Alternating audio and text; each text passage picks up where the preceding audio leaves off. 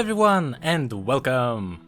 We talked about the stories of Lux and Garen, and in both we mentioned Jarvan. And since everyone's been wondering what happened to him, let's shed some light on his lore.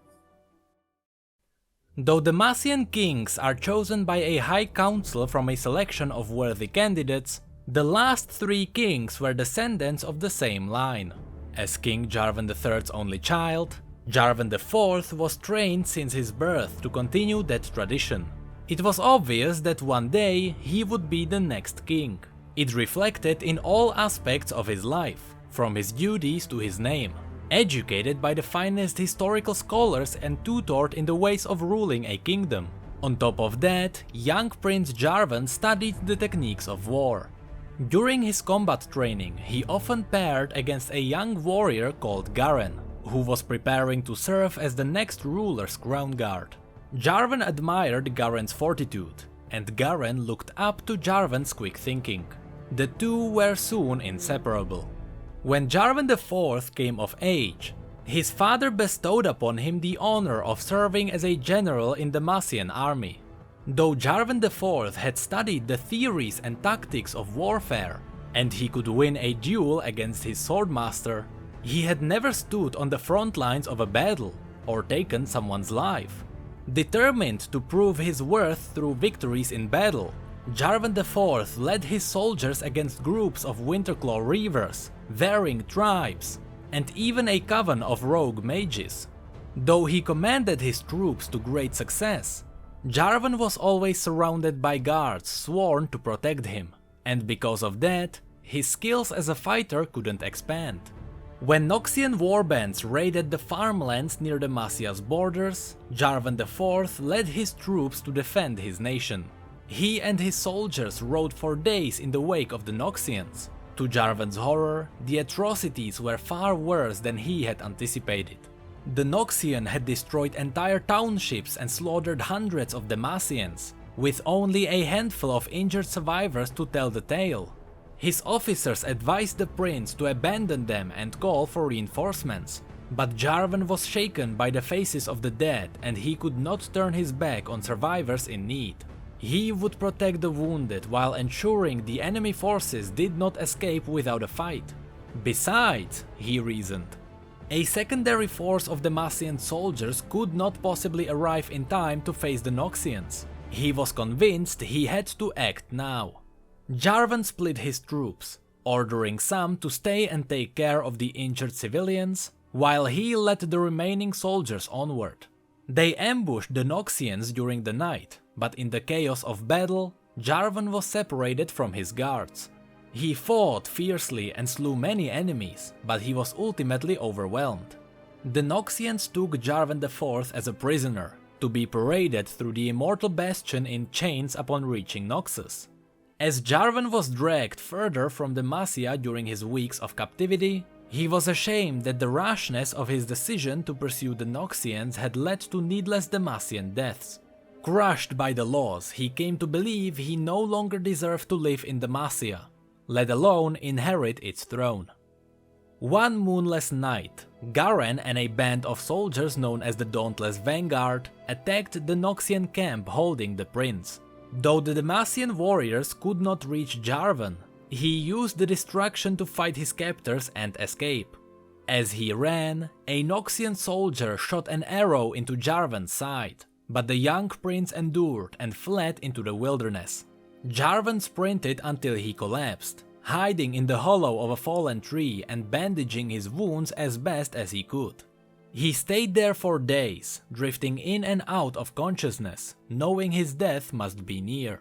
Unsure if he was awake or dreaming, Jarvan would later recall a purple-skinned woman with eyes of fire who carried him to a remote Demacian village. There he rested under the care of local healers, who treated him with medical herbs as they nursed him back to health. As Jarvan regained his strength, he found solace in the small settlement in the wild hills of Outer Demacia.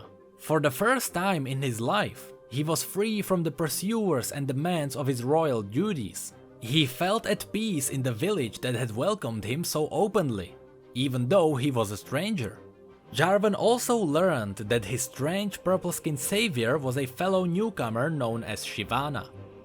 Days later, the peace of the village was disrupted when a monstrous dragon terrorized the nearby communities, burning villages to cinders and farmlands to ash.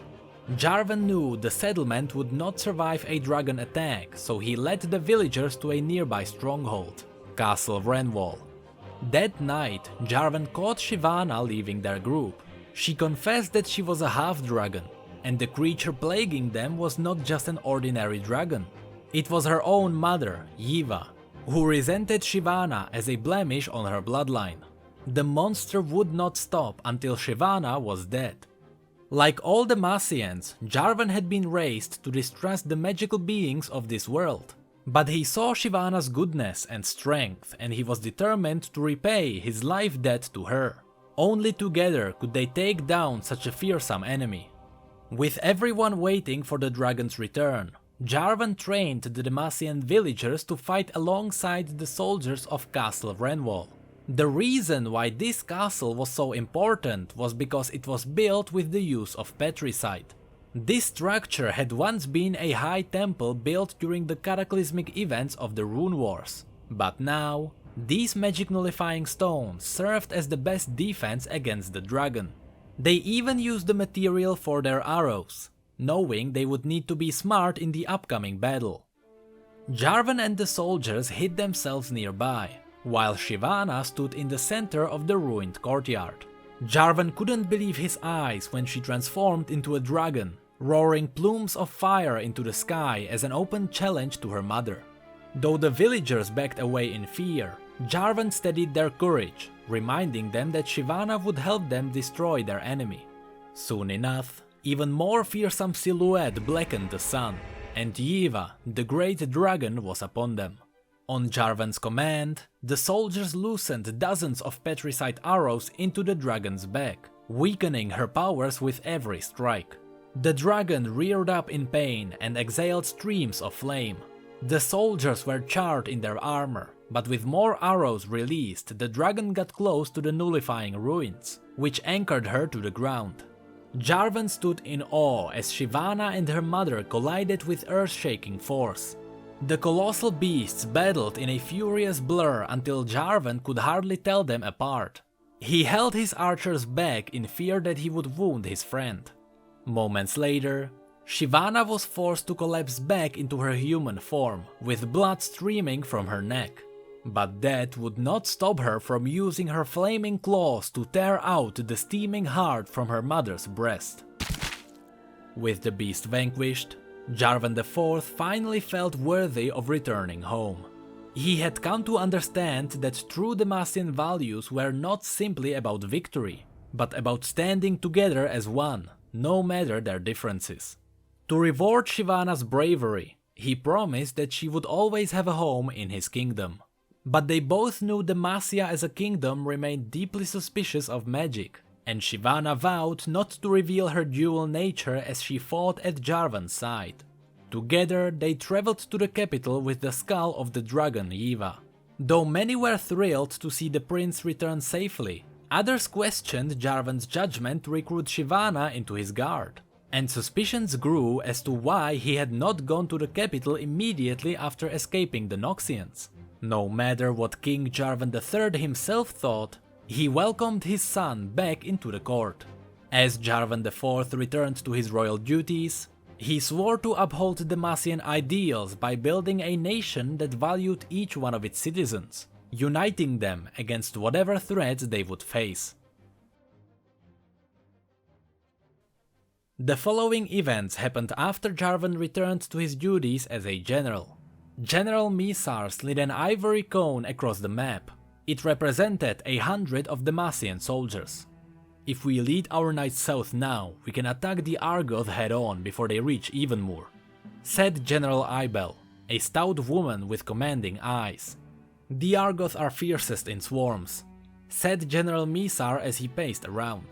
They rely on overwhelming numbers to defeat direct attacks. If we cannot divide them, they will slaughter us long before we can reach their queen. Jarvan strode to the edge of their tent, parting the fabric and gazing out across the valley. He might have enjoyed the view. Morning light made the landscape sparkle with dew, and the village of Evenmoor looked peaceful from a distance. But an ominous grey shape swelled on the horizon as the horde thundered in the distance. The Argoth were not an enormous creatures. Fighting one alone would be easy enough. But in large numbers they were subject to the dominating will of a queen, able to move and fight as one vicious unit. This swarm was bigger than any Jarvan had seen before. Misar wiped sweat from his brow. "They'll be here by this evening?" "Sooner," said Ibel. "We have an hour, maybe two if we're lucky, until the Argoth overwhelm Evenmoor." Jarvan turned back to the map. 10 ebony cones representing the Argoth stood at the outer edges of Evenmoor, overshadowing the single Demacian cone. The queen was marked by a smaller figurine of red jasper, right in the heart of the ebony mass. Any charge would need to fight through hundreds of Argoth to get near her, said Jarvan, gesturing to the red stone. "What do you propose?" Misar halted his pacing. "I'm afraid you won't like this, my lord, but we could retreat. Surrender Evenmoor, return on the morrow with forces strong enough to cut through the horde and slay the queen." "Leave Evenmoor to the Argoth?" asked Ibel. "That's a death sentence for these people. They will be overrun in a matter of hours." Jarvan stared at the ebony and ivory until they merged in his mind. All he saw was the Red Queen stone. Ibel raised her eyebrows. "You see something?" "A desperate plan," Jarvan replied. "But it is all we have. We conceal our fiercest fighters within Evenmoor and lay an ambush. With such a small band they won't anticipate our attack. Then when the queen is within reach, we strike hard and fast. With her death, the swarm's unity will be broken." "Into the center of the Argoth, my lord," Misar said. "That too may be a death sentence." "But we give Evenmoor a chance of surviving the attack," said Ibel. "No plan is without risk," Jarvan said. "I will lead only those willing to join me. I will not engage until our hope of victory is greatest. We bide our time until the eye of the maelstrom is upon us, and then strike from within. With the queen dead, it will be a simple matter of fighting our way out." Ibel played the scenario on the map using the cones. In the end, she flicked her finger and tipped the redstone over. "This is our plan," said Jarvan. "Ibel and Misar, you and your troops will lead the second wave." "Aye," said Misar. "And you, my lord?" Ibel asked. "Where will you be?" "I have a queen to kill," Jarvan replied. And that was the story of Jarvan. Hopefully that answers some of the questions from the last video, mainly those aimed at LeBlanc. But for now, that is it for this video. If you enjoyed it, feel free to click the like below and subscribe for more stories. You can also follow us on Twitter, Facebook and Discord if you'd like to chat. Again, thank you so much for being here and for supporting me, you know I really appreciate it. And as always, thank you come again.